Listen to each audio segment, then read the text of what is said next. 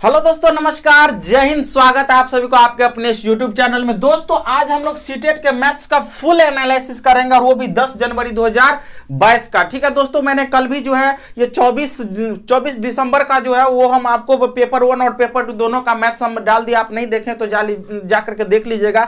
साथ ही बहुत सारे स्टूडेंटों ने क्या क्या मेल किया कि सर मेरे क्वेश्चन को कर दीजिए। उसमें टीपू जी, मानसी जी, खुशबू जी, रोशन जी, बहुत सारे क्वेश्चन जो है मेरे पास आए। और आपको बता दूं मेरे पास 20 दिसंबर का है, 23 दिसंबर का भी है, 27 दिसंबर का भी है और 10 जनवरी का टीपू जी भेजे थे। तो उसमें हम जो है टीपू जी के क्वेश्चन का 10 जनवरी वाले क्वेश्चन का सबसे पहले हम एनालिसिस करने जा रहे हैं, क्योंकि वो कुछ वर्ड ही ऐसा लिखे थे जो मेरे दिल को छू गया। तो वहां से हम सबसे पहले उसका फुल एनालिसिस कर रहे हैं। दोस्तों हम मैथ्स का फुल एनालिसिस कर रहे हैं, हम तर्क के साथ आपका उत्तर देंगे। ये उत्तर होगा और क्यों उत्तर होगा, इसीलिए उसमें थोड़ा सा टाइम लगता है। तो इसीलिए मैं चूंकि फुल एनालिसिस करूंगा, आपको एक एक चीज बताऊंगा, तो विलंब क्यों करें। चलिए स्टार्ट करते हैं। दोस्तों मेरे पास सबसे पहला क्वेश्चन जो उसमें बोला जा रहा है, मीनू अपने घर से 7:25 बजे निकलती है, मतलब 7:25 पर घर से निकलती है और 8:07 बजे स्कूल पहुंच जाती है। जोश को स्कूल पहुंचने में मीना से 7 मिनट ज्यादा लगते हैं। तो यदि जोश स्कूल 8:13 में पहुंचता है तो वह घर से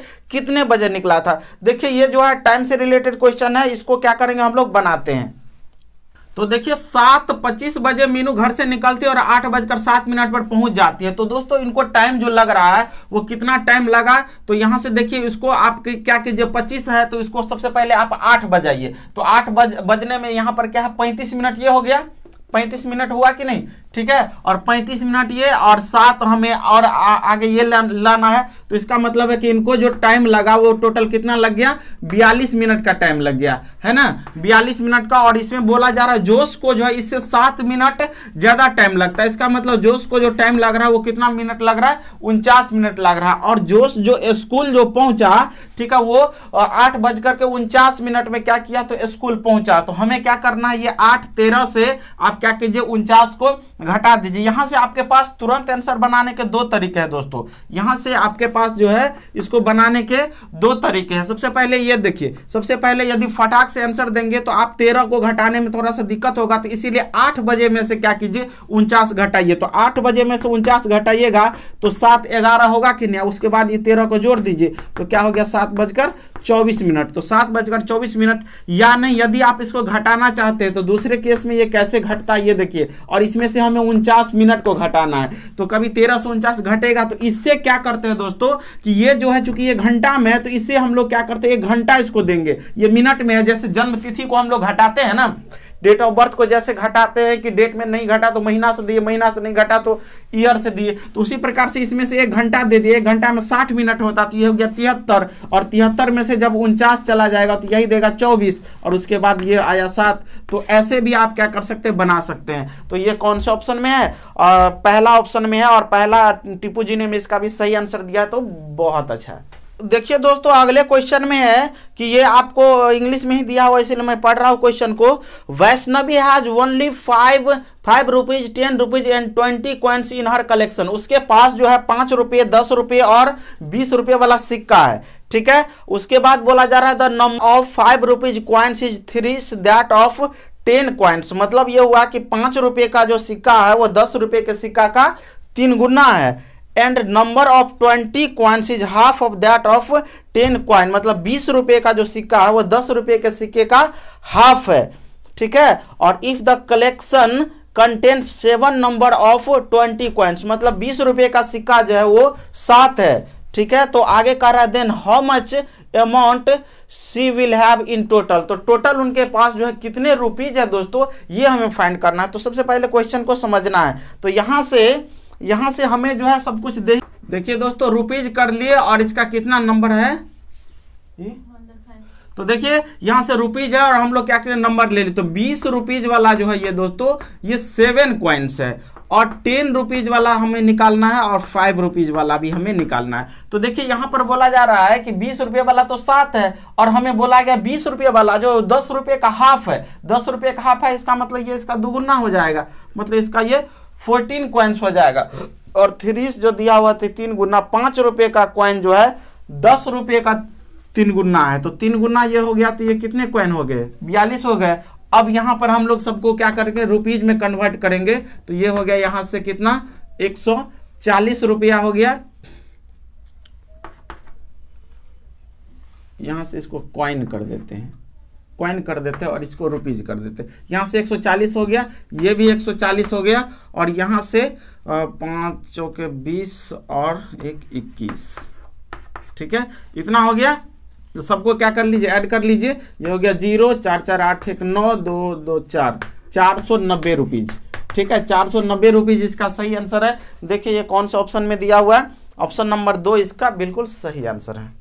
देखिए दोस्तों अगला क्वेश्चन में है कि संख्या 9,19,90,099 को अंकों में इस प्रकार लिखा जा सकता है, ठीक है। तो इसमें क्या है कि संख्या 9 करोड़ है और 19 लाख है और 90,099 है। तो ये आपको ऑप्शन से जो है, ये आप देख रहे हैं आपके पास चारों ऑप्शन है, तो आपको 9 करोड़ करना, इकाई, दहाई, सैकड़ा, हजार, 10,000, लाख, 10 लाख, करोड़। ये दूसरा नंबर ऑप्शन आप देखिए, दूसरा नंबर ऑप्शन में क्या है, 19,09,000 और 99, ठीक है। तो इसको गिन लीजिए आप, इकाई, दहाई, सैकड़ा, हजार, 10,000, लाख, 10 लाख, करोड़। तो ये हो गया 9 करोड़, ठीक है, फिर हो गया 19 लाख और ये 90,000 और 99, ये इसका बिल्कुल सही आंसर है। जबकि ऑप्शन नंबर 3 में जो आप कीजिएगा तो इकाई, दहाई, सैकड़ा, हजार, 10,000, लाख, 10 लाख, सिर्फ 91 लाख पर ही पहुंचता है।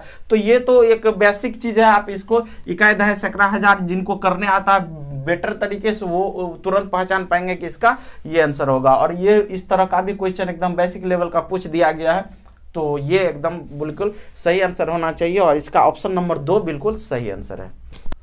अब अगला क्वेश्चन में जो है दोस्तों हमें बोला जा रहा है इसको उस सही विकल्प को चुने जो निम्नलिखित दशमलव संख्याओं का अवरोही क्रम में दर्शाता है, ठीक है। पहले हम क्वेश्चन को लिखते हैं और यहां से बहुत कुछ आपको सिखाते हैं। देखिए दोस्तों ये हमारे पास ये क्वेश्चन है और आपके सामने भी क्वेश्चन दिख रहा होगा और इसको हमें क्या करना है, तो अवरोही क्रम में क्या करना है, सेट करना है। अवरोही क्रम बोले तो डिसेंडिंग ऑर्डर, एक क्या होता है असेंडिंग ऑर्डर जिसे आरोही क्रम बोलते हैं और यह है डिसेंडिंग ऑर्डर जिसको हम लोग अवरोही क्रम बोलते हैं। दोस्तों किसी किसी को दिक्कत होता है कि बढ़ना कब चाहिए और घटना कब चाहिए, तो इस केस में आप कोई भी देखिए 2 3 5 हम क्या किए यहाँ पर एक साथ ले लिए, ठीक है, और इसे हमें अवरोही क्रम आरोही मतलब बोले आरोही में बढ़ना चाहिए, क्रम बढ़ना चाहिए। आरोही मतलब बढ़ना चाहिए, अब मतलब घटना चाहिए। उन्नति अवनति होता है ना, अवनति हो गया घटना, उन्नति मतलब आगे बढ़ना। कोई बहुत ज्यादा तरक्की करता है तो लोग कहता है ना उन्नति कर रहा है। अवनति मतलब क्या करता है, दारू शराब पीता है तो बहुत ज्यादा अपना धन का बर्बाद करते तो अवनति। तो अवरोही मतलब घटना और आरोही मतलब बढ़ना। तो बढ़ेगा कब, बढ़ेगा कब, मतलब ये जैसे आप सीरीज को देखिए, यहाँ गया यहाँ गया यहाँ गया यहाँ गया, तो सबसे पहले हमें छोटा लेना है फिर बड़ा लेना है। तो ये आरोही में बोले तो सबसे पहले 1 आएगा, तब 2 आएगा, तब 3 आएगा, तब 5 आएगा, तब सही है आरोही क्रम हो गया। और अवरोही क्रम बोला जाए तो ये बड़ा से नीचे कब घटेगा, मतलब बहुत धनवान है और घट घट करके एकदम 0 पर आ रहा है, तो सबसे पहले क्या करना है उसको धनवान बनाएंगे, बहुत बड़ा बना देंगे, उसके बाद उसको धीरे धीरे क्या करेंगे छोटा करते जाएंगे, ठीक है। तो ये होता है अवरोही। आरोही और अवरोही पहले समझिए, तो असेंडिंग और डिसेंडिंग ऑर्डर समझ गए। अब चलते इस क्वेश्चन पर। जो इस क्वेश्चन पर जाएंगे दोस्तों तो यहाँ डेसिमल में है। अब यहाँ तो पता नहीं चलेगा जल्दी कि अवरोही क्रम क्या होगा आरोही क्रम क्या होगा। तो देखिए आप डेसिमल को सबसे पहले पकड़िए और डेसिमल के जस्ट बाद, डेसिमल के जस्ट बाद जितना बड़ा अंक रहेगा, ठीक है, वो उतना बड़ा जो है संख्या होगा। ये देखिए 4 है और यहाँ पर जो है ये 2 है और डेसिमल के बाद जो है हम यहाँ पर क्या किए, 4 के बाद 5 कर दिया, एक के जगह हम यहाँ पर 2 के जगह हम यहाँ 1 भी किए ना, तो भी ये क्या हुआ इससे बड़ा हो गया। दशमलव के जस्ट बाद वाले अंक को आपको मिलाना है, ठीक है। तो दशमलव के बाद देखिए ये 4 है और आगे में 5 दिख रहा है, तो ये 4 वाला पहले हट गया, 5 यहाँ है, 5 यहाँ है, 5 यहाँ है, देख रहे हैं 5 यहाँ है, 5 यहाँ। तो हमें पहला अंक से पता नहीं चला कि कौन बड़ा है, क्योंकि हमें अवरोही में करना है तो सबसे बड़ा हमें क्या करना है ढूंढना है। तो पहला से नहीं पता, दशमलव के बाद दूसरे अंक पर जाएंगे, यहाँ पर 4 है, यहाँ पर 1 है, यहाँ पर 3 है, तो इसमें सबसे बड़ा कौन आया, ये आया ना, तो इसको क्या करेंगे पहले नंबर पर ला देंगे, ठीक है। उसके बाद दूसरे नंबर पर कौन जाएगा, 4 के जस्ट पहले क्या आता है 3, ये आपका दूसरे नंबर पर हो गया, ठीक है। उसके बाद ये जो हो गया ये आपका तीसरे नंबर पर हो गया, ठीक है। इसकी कहानी खत्म। अब यहाँ पर आएंगे, दोनों में 4 है, पहले अंक से नहीं पता चलेगा, दूसरा पर जाएंगे, यहाँ 5 है, यहाँ 3 है, तो ये वाला क्या हो जाएगा आपका चौथे नंबर पर आएगा, और ये वाला क्या है, ये 5वें नंबर पर आएगा, ठीक है। तो ऐसे कर सकते हैं। तो सबसे पहला आप देख लीजिए, सबसे पहला 0.54 कहां पर है, 0.54 ऑप्शन नंबर 4 में है। तो ऑप्शन नंबर पहला से ही एग्जाम में इतना टाइम भी नहीं रहता है कि हम इसको करें, तो आपको सिर्फ पहला पता चल गया कि 0.54 ये है, और ये आपको ऑप्शन नंबर 4 में है, तो दूसरा देखने भी नहीं जाएंगे, उतना टाइम नहीं रहता है। इसीलिए आप डायरेक्ट क्या कर सकते हैं, ऑप्शन नंबर 4 मार करके आगे बढ़ सकते हैं। दोस्तों अगला क्वेश्चन में कि 2 इकाई यूनिट परीक्षा में अजमल द्वारा प्राप्तांक नीचे दिए गए हैं। बहुत लंबा चौड़ा यहाँ पर क्वेश्चन है, और इस क्वेश्चन थोड़ा सा ये टाइम टेकिंग है। देखिए इसको क्या कीजिए, लेकिन फिर भी यदि आपको बनाने का जो है वो तजुर्बा ज़्यादा है तो आप ऐसे क्वेश्चन को बना सकते हैं फटाफट। और इसमें जो है ये दिया हुआ है, तो इकाई परीक्षा पहला में क्या है, अधिकतम 40 अंक का है, और इकाई परीक्षा दूसरा में क्या है, तो 30 अंक अधिकतम है। इसका मतलब यह हुआ कि पहला जो 40 अंक का है, तो 3 2 5, तो 5 है और 40 करके और 5 सब्जेक्ट है, तो पहला से क्या हुआ, टोटल 200 का एग्जाम हो रहा है। और वहीं पर इकाई 2 की, इकाई पहले की बात है, और इकाई 2 में 30 अंक अधिकतम है, और ये 5 सब्जेक्ट है, तो 150 का यहाँ से एग्जाम क्या हो रहा है, तो हो रहा है। तो अब क्या करेंगे, हम लोगों को पहला ऑप्शन देखेंगे, कह रहा है निम्नलिखित में से कौन सही है। तो दोनों परीक्षाओं में हिंदी के अंकों का प्रतिशत समान है। चलिए इसको हम लोग देखते हैं, प्रतिशत क्या करते हैं, निकालते हैं। तो दोनों परीक्षाओं में हिंदी के प्रतिशत, ठीक है, हिंदी के प्रतिशत देखिए, तो सबसे पहला में क्या है, तो इसमें 32 है, और ये 32 कितना में आया, 40 में, प्रतिशत बदलना आता है ना, ठीक है। जिसका निकाला जाए और जितना का टोटल एग्जाम हो उसको, और गुना 100, ये पहले की बात है। तो यहाँ से ये हो गया 4 8 32, यहाँ से ये क्या आया, 80% मार्क्स आया, ये पहला में। और दूसरा में हिंदी में कितना है, 21 है, और 21 बट्टे क्या करेंगे, यहाँ पर ये 30 का एग्जाम हुआ, 30 गुना कर दीजिए कितना से, 100 से, 3 7 21, तो यहाँ पर ये 70% आया है कि नहीं, और ये 80% आ गया। लेकिन ऑप्शन में क्या कह रहा था, दोनों परीक्षाओं में हिंदी के अंकों का प्रतिशत समान है, तो पहला ऑप्शन क्या हो गया, वैसे ही रॉन्ग हो गया है कि नहीं। चलते हैं दूसरे पर। देखिए इस क्वेश्चन को मैंने पहले ही बोला, आपको बराबर चेक करना पड़ेगा कि कौन सही है। इसी जगह आप अंग्रेजी में जो है ये 36 है, और 27 है, 4 90 और 3 90, यस। यदि आई वहीं पर हिंदी के जगह, दोनों परीक्षाओं में हिंदी के अंकों का प्रतिशत समान के जगह यदि अंग्रेजी के अंकों का प्रतिशत समान है रहता, तो वो उसका बिल्कुल सही आंसर होता। लेकिन यहाँ पर हिंदी दे दिया, इसीलिए पहला गलत हो जाएगा। चलते दूसरा ऑप्शन पर। दूसरा ऑप्शन में बोला जा रहा है इकाई परीक्षा 1 के सभी अंकों के प्रतिशत का औसत इकाई परीक्षा 2 के सभी अंकों के प्रतिशत औसत से कम है। तो यहां पर आपको क्या करना, तो हम ये देखेंगे कि इकाई 1 में टोटल कितना अंक जो है लाया है। तो 36 और 32, 36 32 आपका हो गया कितना, 68, 68 में 40 जोड़ेंगे तो ये हो गया 108, 108 में 35 जोड़ेंगे तो ये हो गया 143, और 143 में 32 जोड़ेंगे तो 143 में यदि 32 जोड़े तो कितना हो गया, 75, 175। यस, पहला में टोटल जो अंक आया वो कितना आया, 175, और दूसरा में टोटल देख रहे हैं कि कितना अंक आ रहा है, उसका परसेंट निकालेंगे फिर उसका प्रतिशत निकालेंगे। तो 27 और 21 हो गया आपका 48, और 48 और 29 हो गया 9 8 17, 48 और 29, 48 और 29 हो गया आपका 77, 48 और 29, 8 17, ये 77 हो गया। 77 में 30 जोड़ेंगे तो ये हो गया 107, और 107 में जब 27 जोड़ेंगे तो हो जाएगा 134। तो 134 अंक जो है वो दूसरे से आया है। तो पहला को यदि हम लोग प्रतिशत बनाते हैं दोस्तों, 175 बट्टे 200 गुना कर दीजिए 100, ठीक है। तो ये जो है डेसिमल में ही निकाल दीजिए, 2 8 16, एक आया, 2 7 14 और 2 5 10, ठीक है। 54 बाई कितना है 150, मल्टीपल कीजिए 100 से, तो 1 0 से 1 0 यहाँ से कटा, 5 3 15, 5 2 10, ठीक है, ये कितना हो गया 68/3। चलिए इसको भी डेसिमल में क्या करते हैं, निकालते हैं,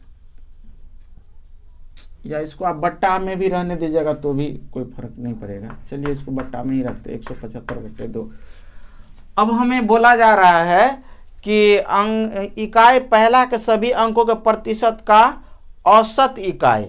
अब ये जो आया, अब इसका हमें औसत चाहिए, इतना प्रतिशत आया, तो इसमें हमें क्या करना पड़ेगा, 5 सब्जेक्ट था ना, तो हमें क्या करना होगा, जितना टोटल जितना औसत निकलता है उसमें क्या करते हैं हम लोग, फिर से जितना का एग्जाम हो रहा है उससे क्या करते हैं, डिवाइड करते हैं। तो 5 से क्या करेंगे यहाँ पर और डिवाइड, तरह हो गया, ठीक है। और इसको जब करेंगे 268 तो था ही, बटे 3 था ही, और ये इसको भी औसत में जब ले जाएंगे तो ये देखेंगे कि ये करीब कितना, ठीक है, ये 17.5 आया, ये 17.8 आया, तो ये दूसरा वाला जो है वो अधिक है। इसमें कह क्या रहा था, परीक्षा इकाई के सभी अंकों का प्रतिशत इकाई परीक्षा 2 के सभी अंकों के प्रतिशत के औसत से कम है। यस, पहला वाला जो है दूसरे के औसत से कम है। यस, इसका जो है ये 2 नंबर ही सही आंसर है, 2 बिल्कुल सही आंसर है।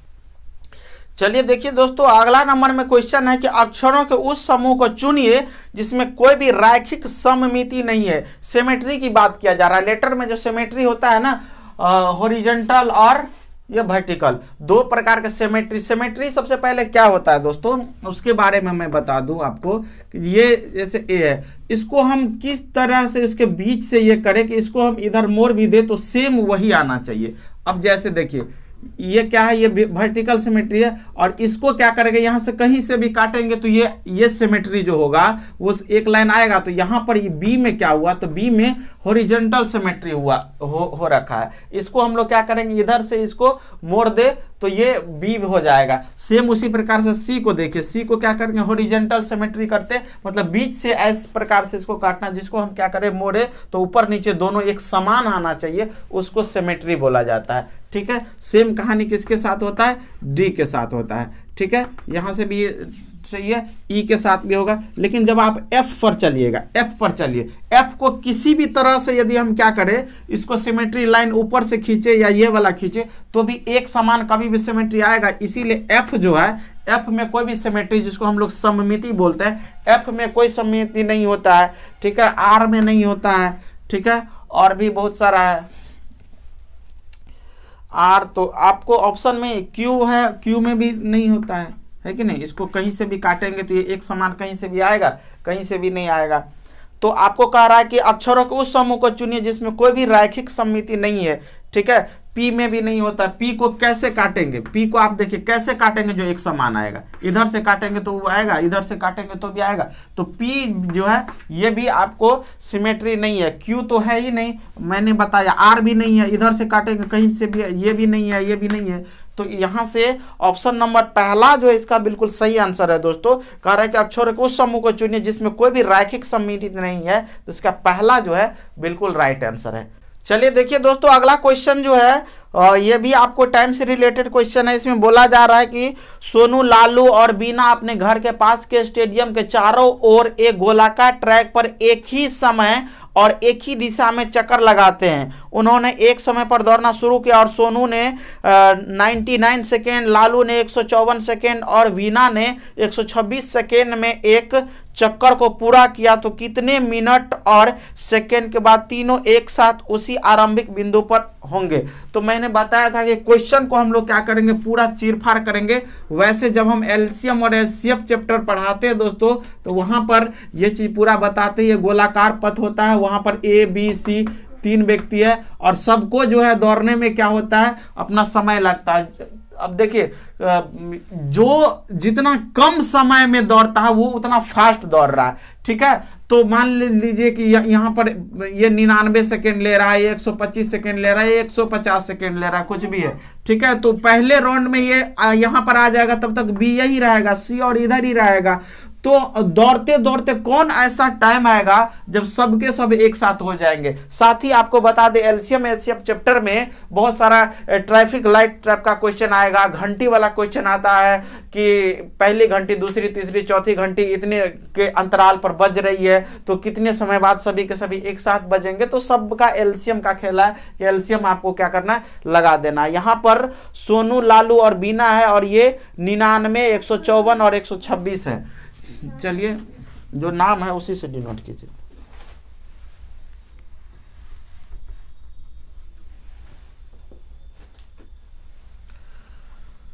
तो सोनू है, लालू है और बीना है। सोनू को 99 सेकेंड लग रहा है मात्र, और लालू को जो है 154 सेकेंड लग रहा है। लालू को 154 सेकेंड लग रहा है और बीना को जो लग रहा है दोस्तों 126 सेकेंड लग रहा है। तो इसमें कुछ नहीं, एलसीएम यदि आपको निकालने आता है फास्ट में तो एलसीएम ही इसका जो है आंसर होगा। तो चलिए एलसीएम को निकालते हैं।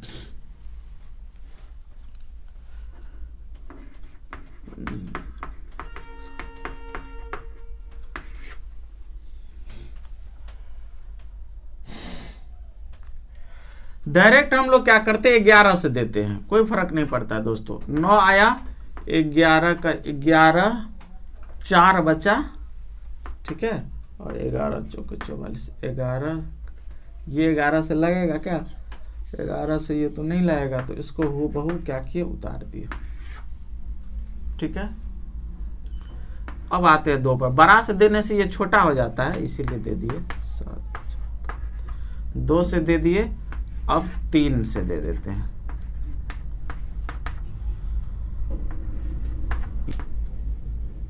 फिर 3 से देंगे, 7 से दीजिएगा तो भी आएगा,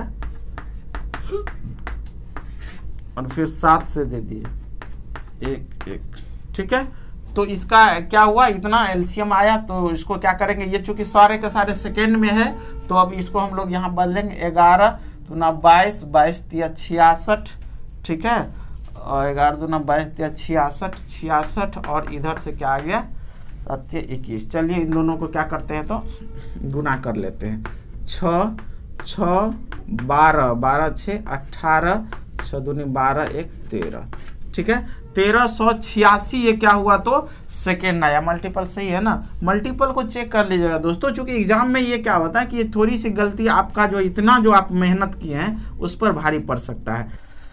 तो देखिए दोस्तों इसका मल्टीपल 1386 आया। अब क्या करेंगे, 1386 में हम लोग क्या करेंगे, डिवाइड करेंगे कितना से, 60 से, ठीक है। इसको मिनट बनाना है तो क्या किया, सबसे पहले 2 से उड़ा दिए, 2 छक्के 12, 2 नम्मे 18 और 2 तिया 6, और 2 से इसको काटेंगे तो ये कितना होगा, इतना। 3 से कट जाएगा, 3 दूना 6, 3 तिया 9, 3 का 3, और 3 से इसको काटेंगे तो ये कितना आ जाएगा 10, ठीक है। अब तो ये नहीं कटेगा, अब ये नहीं कटेगा तो यहाँ पर ये बताइए दोस्तों, इसको डेसिमल में जो बनाएंगे, ये जो आया आपके पास ये कितना आया तो 231 बटा 10, तो इसको दशमलव में जो बनाएंगे तो 13.1, ये 23.1 आएगा। तो 23.1 का मतलब क्या हुआ कि 23 मिनट और 10 सेकेंड आया ना, 23 मिनट 10 सेकेंड। तो क्या लगता है आपको कि ये इसका सही आंसर होगा? जी नहीं, हम ये जो डिवाइड करते हैं ये आपका 100 पर कैलकुलेशन होता है, लेकिन मिनट और इसमें जो हम लोग बनाते हैं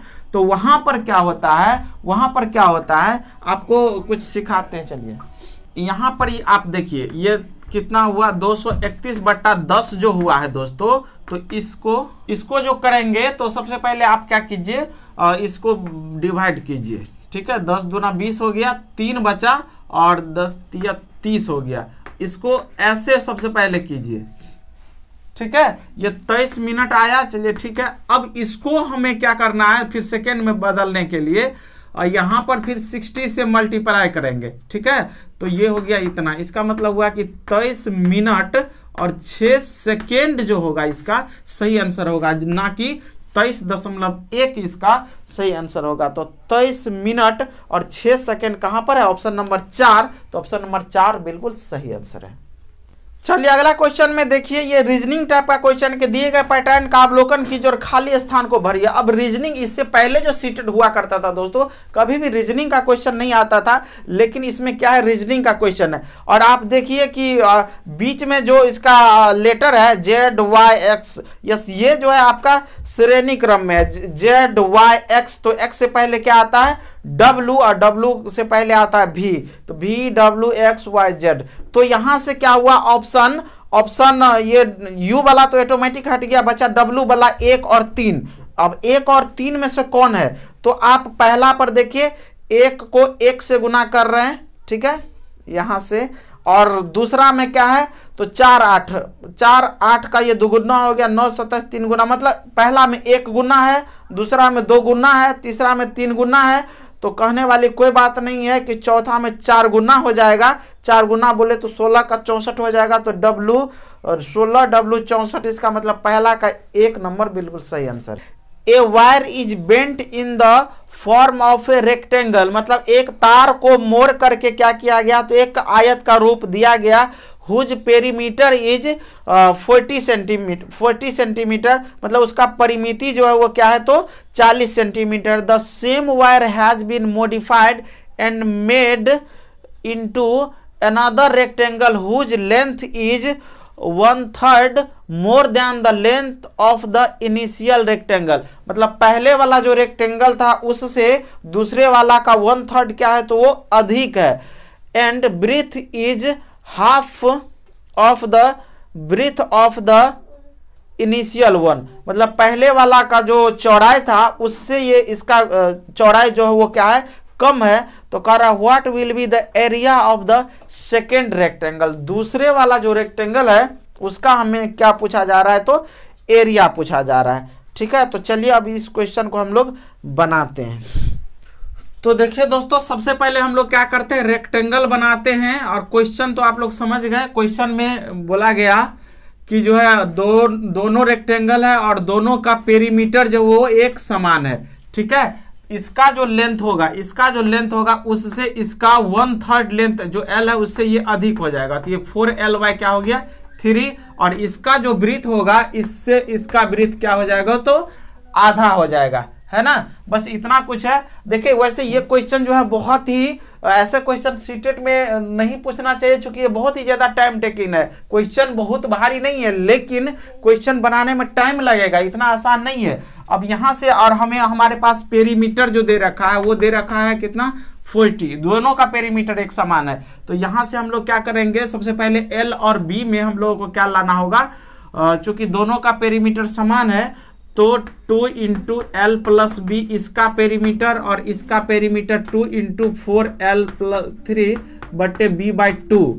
ठीक है। दोनों का पेरीमीटर को क्या किए, समान कर दिए। यहाँ से L + B का वैल्यू और यहाँ से इसका एलसीएम हो गया आपका 6, ठीक है, और ये हो गया 8L + 3B, ठीक है। और यहाँ से क्या होगा, 6 से गुना होगा, तो 6L + 6B = 8L + 3B। और यहाँ से हमें क्या L और B में हम यहाँ से क्या ला रहे हैं, रिलेशन ला रहे हैं दोस्तों। इसको उधर ले गए तो ये हो गया 2L बराबर, और इसको इधर लाए तो 3B। तो यहाँ से L/B क्या हुआ, 3/2, मतलब L और B में जो रेशियो आया 3:2 का आया। अब यहाँ से क्या करेंगे, L को हम मान लेंगे 3x और B को मान लेंगे क्या, 2x, ठीक है। क्योंकि हमारे पास क्या हुआ है, L और B में क्या हुआ है, तो 3:2 का रेशियो आ चुका है। अब यहाँ से फिर से हमें x का वैल्यू फाइंड करना होगा, तो 40 पेरीमीटर बराबर 2 × और इसको काट दीजिएगा, ये होगा 20, तो 20 बराबर हो गया 3×2 5x। तो x का वैल्यू क्या आया दोस्तों, 4, x का वैल्यू 4 आया। तो यहाँ से L क्या हो गया, 4 × 12 और ये हो गया 4 × 2 = 8। तो हमारे पास L और B दोनों आ चुका है, L और B दोनों आ चुका है। तो इसका ना ये 12 हुआ और इसका 8 हुआ। इसका जब L लाएंगे तो यहाँ जो इसमें L का वैल्यू जो पुट करेंगे दोस्तों, तो 3 × 4 = 12, तो यहाँ से ये क्या आएगा 16 इसका लेंथ। और ब्रीथ की बात करें तो ये इसका हाफ है, 4। देखिए पेरीमीटर दोनों का समान आया कि नहीं, 20 में 8 जोड़ेंगे, 12 8 20, 20 दूना 40, इसका भी आया 16 4 20, 20 दूना 40, दोनों का पेरीमीटर एक समान आ गया। अब हमें चाहिए क्या, एरिया चाहिए, है ना, एरिया चाहिए। तो एरिया क्या होता है, 16 और 4 को गुना कर देंगे तो 16 4 जा क्या होता है 64। तो 64 जो है इस क्वेश्चन का बिल्कुल सही आंसर है। वैसे ये क्वेश्चन कितना लंबा था और कैसे आंसर आया तो देखे, और मैंने बताया था कि हम क्वेश्चन को एकदम चीर फाड़ देंगे, हवे हवाई में नहीं बात करेंगे। तो क्यों आया और कैसे आया आप पूरा देख लिए कि 64 इसका बिल्कुल सही आंसर है। और 64 कौन से ऑप्शन में है, तो ऑप्शन नंबर 3 जो है इसका बिल्कुल सही आंसर है। आप समझे ना, समझ रहे हैं तो आप क्या कीजिए, चैनल को सब्सक्राइब कीजिए, बेल आइकन को दबाइए, और जो प्रक्रिया शेयर वेयर करना वो सारा कुछ तो आप कर ही दीजिए। साथ ही आपको बता दें कि आप भी चाहते हैं कि आपके क्वेश्चन को भी फुल एनालिसिस मैं करूं, तो ईमेल एड्रेस मैंने डिस्क्रिप्शन में दे रखा है, वहां से धर्मलाल शर्मा 154@gmail.com, वहां पर आप अपने क्वेश्चन को भेज करके और यहां से अपने क्वेश्चन का आंसर ले सकते हैं। वैसे अभी जो हम फुल एनालिसिस कर रहे हैं वो टीपू सिंह जी क्वेश्चन भेजे हैं, जिसको अभी हम बना रहे हैं। चलिए अब बढ़ते हैं अगले क्वेश्चन की ओर। चलिए देखिए दोस्तों, अगला क्वेश्चन में कि एक दुकानदार ने 11 लीटर 370 मिलीलीटर सेब का जूस, 8 लीटर 490 मिलीलीटर संतरे का जूस और 3 लीटर 150 मिलीलीटर को मिलाया, ठीक है, और क्या किया, तो तैयार मिश्रण को 950 मिलीलीटर क्षमता की छोटी बोतलों में भर दिया। तो इस मिश्रण को कितनी छोटी बोतलों में भरा जा सकता है, ठीक है, और शेष मिश्रण की मात्रा कितनी होगी। चलिए, तो इस क्वेश्चन में आपके पास 2 क्वेश्चन पूछा गया है इस क्वेश्चन में, ठीक है। तो यहां से आपको एडिशन डिवाइड सारा कुछ टेस्ट होगा। तो 11 लीटर 370 मिलीलीटर, फटाफट लिखिएगा, 11 लीटर 370 मिलीलीटर है, और उसके बाद आपका है क्या है 8 लीटर 390 मिलीलीटर है, और उसके बाद 390 नहीं है भाई, 490 है, 490 मिलीलीटर है। फिर है 3 लीटर 150 मिलीलीटर, 3 लीटर 150, क्या है, संतरा है क्या है उसको छोड़िएगा, एग्जाम में फटाफट कीजिएगा। को 0 हो गया, और 9 7 16 5 21 2 4 3 7 8 2 10, यहाँ से 1 आया, तो 3 1 4 8 4 12, और 12 11 हो जाता है 23। तो ये 23 लीटर और 010 ये ml में आया, है ना। तो इसको चूंकि यहाँ पर क्या है कि 950 ml वाला छोटा बोतलों में भरना है, तो इसको क्या करना होगा, आपको सबसे पहले ml में ही बनाना होगा। तो 23 लीटर को 23,000 बोल सकते हैं, और इसमें 010 ml को क्या कर देना है, तो ऐड कर देना है, ठीक है। और इसको जो ही इसमें क्या करेंगे, ऐड करेंगे, तो ये कितना हो जाएगा 23,010। टोटल जो है ये इतना ml हो गया ना। अब आपको क्या करना है, डिवाइड जो है 950 ml वाला, ये 950 ml वाला है, और इसको क्या करेंगे 23,010 में इसे आप क्या कीजिए, तो डिवाइड कीजिए। इतना लंबा लंबा चीज आ रहा है, आप देख सकते हैं। 1 से जाएगा नहीं, 2 से कीजिए, 2 से जब करेंगे तो 1950 दूना 9 दूना 18 1900 होता है, ठीक है। तो ये 1 हो गया 0, 13 से 9 गया 4, ये कट गया, आया क्या इस पर 0। तो 9 चौके 36, 5 से ज़्यादा हो जाएगा, 9 चौके 36, 0 5 चौके 20, और 9 चौके 36 और 2 38, 0 1 10 से 8 गया 2, और ये गया कट, ठीक है। तो इसका क्या आंसर आया कि 24 छोटे छोटे बोतलों में भरा जाएगा, और 210 ml क्या हो जाएगा, तो बच जाएगा। तो इसका ऑप्शन नंबर 4 जो है वो बिल्कुल सही आंसर होगा। दोस्तों देख रहे हैं, थोड़ा सा क्वेश्चन जो है लेंदी टाइप का पूछा जा रहा है, तो आप इसको ऐसे बनाइएगा। ऑप्शन नंबर 4 इसका बिल्कुल सही आंसर है। बढ़ते हैं अगले क्वेश्चन की ओर। देखिए दोस्तों, अगला क्वेश्चन में बोला जा रहा है, यदि 8 अंकों की एक संख्या ये है, ठीक है, ये 8 अंक है, और ये 11 से पूरी तरह से विभाज्य है, तो एक स्थान पर कौन सा अंक होगा यहाँ पर, ठीक है। और इस टाइप का क्वेश्चन करीब करीब हर एक शिफ्ट में पूछा गया, और ये 11 वाला ही पूछा गया है। आपको बता दो दोस्तों, 11 से कटने का नियम होता है कि आप इसको एक छोड़ करके, एक छोड़ करके जितने भी अंक है उसको जोड़ लीजिए, ठीक है।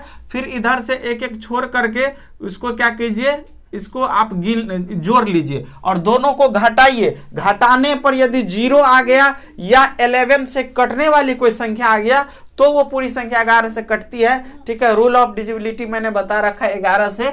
वैसे किसी भी संख्या का रिपीटेशन 6 बार, ठीक है, 12 बार या सम बार समझ जाइए। किसी भी संख्या का रिपीटेशन सम बार हुआ हो, 3 बार हुआ होगा रिपीटेशन तो नहीं कटेगा, 4 बार हो जाएगा तो कटेगा। किसी एक संख्या का रिपीटेशन सम बार हो जाए तो वो 11 से कटती है। तो यहां पर हम पहले इसको बनाते 2, साथ में जोड़ेंगे 9, 9 3 12,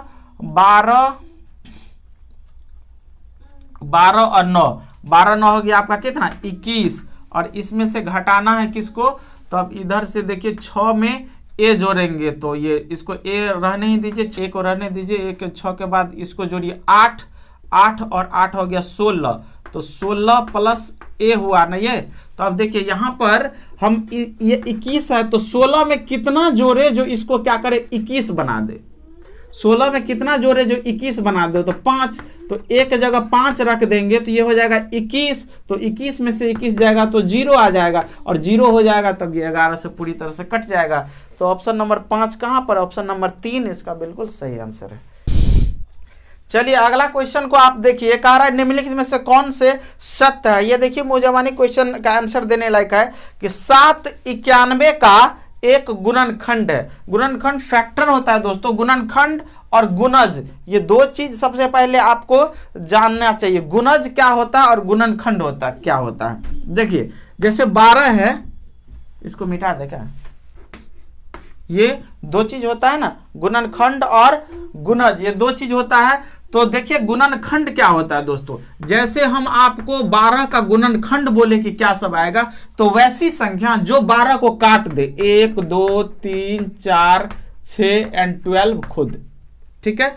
और 12 के गुणज का बात करें तो इसका मल्टीपल 12 24 36 48 ऐसे क्या हुआ बढ़ते जाइए, इसका अंत नहीं है, ये बढ़ते जाएगा, ठीक है। तो गुणनखंड मतलब फैक्टर है, ये मल्टीपल, इसी जगह से ना फैक्टर और एम मतलब एलसीएम और एचसीएफ निकलता है, ठीक है। तो कह रहा है कि 7 जो है 91 का एक गुणनखंड है। यस है, 13 7 91 होता है ना, तो 7 जो है ये गुणनखंड है। ऑप्शन ए बिल्कुल सही है। और 13 117 का एक गुणज है। 117 का गुणज, गुणज तो इस संख्या का हमेशा बड़ा होता है ना, तो बी तो वैसे गलत हो गया। कह रहा है 21 जो है 7 का एक गुणज है। या 7 का यदि हम बोलेंगे गुणज लिखने तो 7 का क्या हो जाएगा, 7 14 21, तो 21 जो है एक 7 का ये क्या है गुणज है, बिल्कुल सही है। 21 7 का ये क्या है गुणज है। तो ऑप्शन नंबर सी जो है बिल्कुल सही है, ऑप्शन नंबर ए। तो ए और सी इसका सही आंसर है। इसका ऑप्शन नंबर 2 में है, 2 इसका राइट आंसर होगा। देखिए दोस्तों हम पैरागोजी को टच नहीं कर रहे हैं। पैरागोजी जब बनाने लगे तो आप देख रहे हैं कि मैथ्स को एनालिसिस करने में इतना टाइम लग रहा है, उस पर जाएंगे तो और भी ज़्यादा टाइम लगेगा। इसीलिए हम पूरा चीरफाड़ कर रहे हैं कि क्वेश्चन का कि कैसे आता है आंसर और क्यों आता है। अगला कड़ी में क्वेश्चन आ चुका है कि निम्नलिखित में से त्रिभुज के कोनों के बारे में कौन सा सत्य है। एक विषमबाहु त्रिभुज के सभी कोनों का योग समबाहु त्रिभुज के सभी कोनों के योग से अधिक होता है। बिल्कुल नहीं, ठीक है। त्रिभुज के तीनों कोनों का योग, कोई भी त्रिभुज हो, समबाहु हो, समद्विबाहु हो और विषमबाहु हो, सारे के सारे त्रिभुज के तीनों कोनों का योग 180 डिग्री ही होता है, ठीक है। और त्रिभुज के सभी कोनों का योग 180 डिग्री होता है। ऑप्शन नंबर 2 जो एकदम बिल्कुल सही है, त्रिभुज के सभी कोनों का योग 180 डिग्री होता है। और ऑप्शन 3 में है कि एक विषमबाहु त्रिभुज के सभी कोनों का योग समबाहु त्रिभुज के सभी कोनों का योग कम और अधिक तो कभी होगा ही नहीं, और त्रिभुज के सभी कोनों का योग 360 डिग्री होता है। बिल्कुल नहीं दोस्तों, यहाँ पर बात समझ जाइए, कोई भी त्रिभुज हो, ठीक है, कहीं से भी आप घस करके आप बना दीजिएगा, ठीक है। वहीं पर हम क्या करते हैं, एक चतुर्भुज लेते हैं। देखिए समझिए बात, त्रिभुज के तीनों एंगल को हम क्या करते हैं, ऐड करते हैं, तो हमेशा त्रिभुज के तीनों कोनों का योग 180 डिग्री होता है, ध्यान रखिएगा, ठीक है। कोई भी त्रिभुज हो, त्रिभुज के तीनों कोनों का योग 180 डिग्री होता है। हाँ, लेकिन चतुर्भुज के, जब चतुर्भुज, कोई भी चतुर्भुज के तीनों कोनों का योग 360 डिग्री होता है। ये 360 डिग्री जो होता है ये चतुर्भुज के जो है, क्वाड्रिलेटरल के जो है ऑल एंगल्स का जो एडिशन जो होता है वो 360 डिग्री होता है। यहाँ भी अब और भी बात सीखिएगा तो यहाँ से भी दो बात निकलता है दोस्तों। त्रिभुज के तीनों कोनों का योग, सिर्फ बोल दिया जाए 180 बना दिए सही है, लेकिन यहाँ से अंतः कोण और बहिष्कोण, कोण दो प्रकार का होता है। There are two types of angle, first is ये इंटीरियर एंगल और सेकेंड इज एक्सटीरियर एंगल। कोण हमेशा दो बनता है, ठीक है। ये देखिए यहाँ से ये कोण बना, ये क्या हुआ, ये आपका इंटीरियर एंगल हो गया अंतः कोण, और कोण इधर भी बना है जिसे हम लोग एक्सटीरियर एंगल बोलते हैं, ठीक है। तो कोण हमेशा दो बनता है। तो त्रिभुज के तीनों कोणों का योग जो 180 डिग्री होता है वो अंतः कोणों का योग होता है। वहीं पर यदि बहिष्कोणों की बात किया जाए तो त्रिभुज के तीनों बहिष्कोणों का योग 360 डिग्री होता है। देखिए इसको बढ़ा देंगे और ये जो होगा उसका इससे ये बड़ा हो जाएगा, इसको बढ़ा दिए, फिर क्या करेंगे, यहां से इसको बढ़ाइए, इसको बढ़ाइए, इसको बढ़ाइए, ये इन तीनों को यदि ऐड करेंगे, ठीक है, तो ये 360 डिग्री हो जाएगा। बिकॉज एक लाइन पर हमेशा जो है 180 डिग्री का कोण बनता है,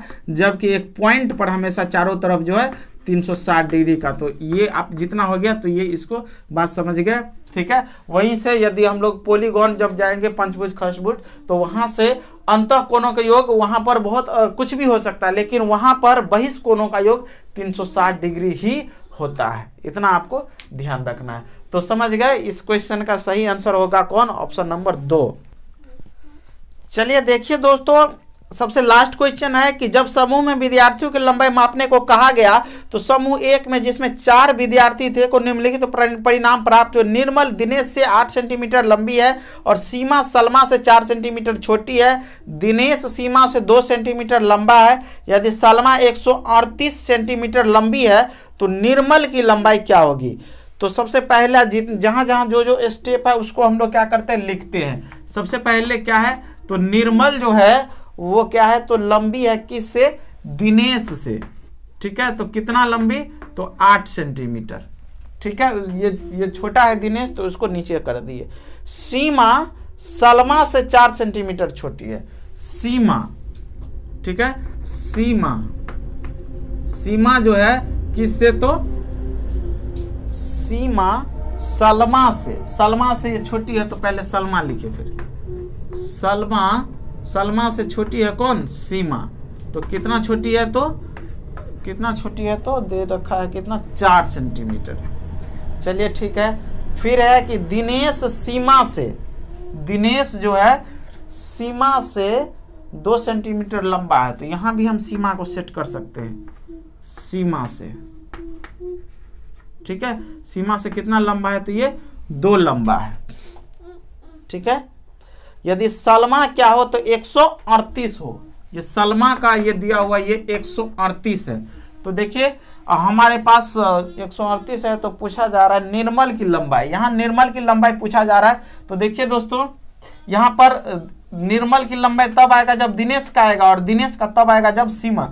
तो हमारे पास दे रखा है सलमा की, तो सलमा से 4 छोटी है, तो इसका मतलब सीमा हो गया कितना, 134, और 134 ये हो गया। तो यहाँ से दो जोड़ेंगे तो 134, 2 मिलके हो गया 136, और 136 में 8 जोड़ेंगे तो कितना हो जाता है, 144 सेंटीमीटर। इसका मतलब निर्मल 144 सेंटीमीटर लंबी है। तो ऑप्शन नंबर हो जाएगा आपको 3, बिल्कुल सही आंसर है। तो धन्यवाद दोस्तों, आज के लिए इतना ही। चूंकि हम जितने भी क्वेश्चन था मैथ्स का बनाने वाला सभी को हम टच किए और उम्मीद किए कि आप लोग बहुत ही ज़बरदस्त तरीके से सारे सेशन को एंजॉय किए। तो फटाफट लाइक कीजिए, चैनल को भी सब्सक्राइब कीजिए, बेल आइकन को भी दबाइए, और फिर मिलते हैं नेक्स्ट वीडियो में। तब तक के लिए बाय बाय।